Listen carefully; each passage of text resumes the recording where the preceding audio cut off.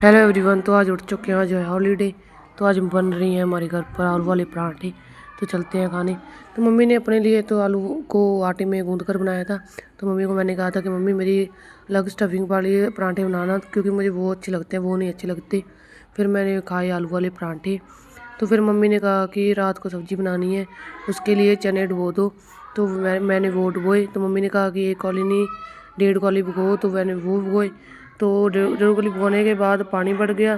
फिर मैंने पानी को डोल दिया। तो मम्मी ने कहा कितना काम कर दिया, तो उसे जब धूप में भी रखा हो। तो धूप इतनी ज़्यादा थी, अब तो बहुत ज़्यादा गर्मी भी हो चुकी है, अब हम तो एसी भी चलाने लगे हैं। फिर हम बनाने लग गए पूरियाँ, क्योंकि रात को हमने बनाई थी आलू की सब्ज़ी, तो वो बच गई थी। तो वो रोटी के साथ अच्छी नहीं लग रही थी, इसलिए हमने कल ही सोच लिया था कि कल को बनाएंगे पूरियाँ। तो हम वो बना रहे हैं। तो पहली पूरी मम्मी ने ऐसे चिपका दी।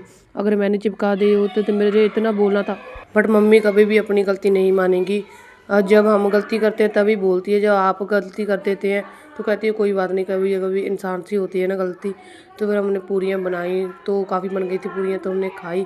तो मेरी बहनों को हमने छोड़ दी थी, उनको 2-2 मिली थी, और मैंने वो घर पर नहीं थी, इसलिए मैंने कुंडी मार दी, मैंने 3 ले ली पूरी।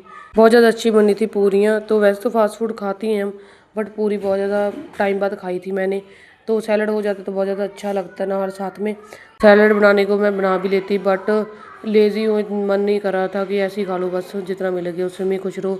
फिर मेरी बहन लैपटॉप पर पीपीटी बनवा रही थी मेरी, तो मैं उसके पास बैठ गई पीपीटी देखने के लिए। वो मुझे समझा रही थी ऐसे ऐसे बनानी है, बस मैं देख रही थी, समझ कुछ नहीं रही थी मैं। तो फिर मेरा कुछ आइसक्रीम खाने का मन किया, तो बाहर तो जा नहीं सकती थी क्योंकि मन नहीं कर रहा था मेरा।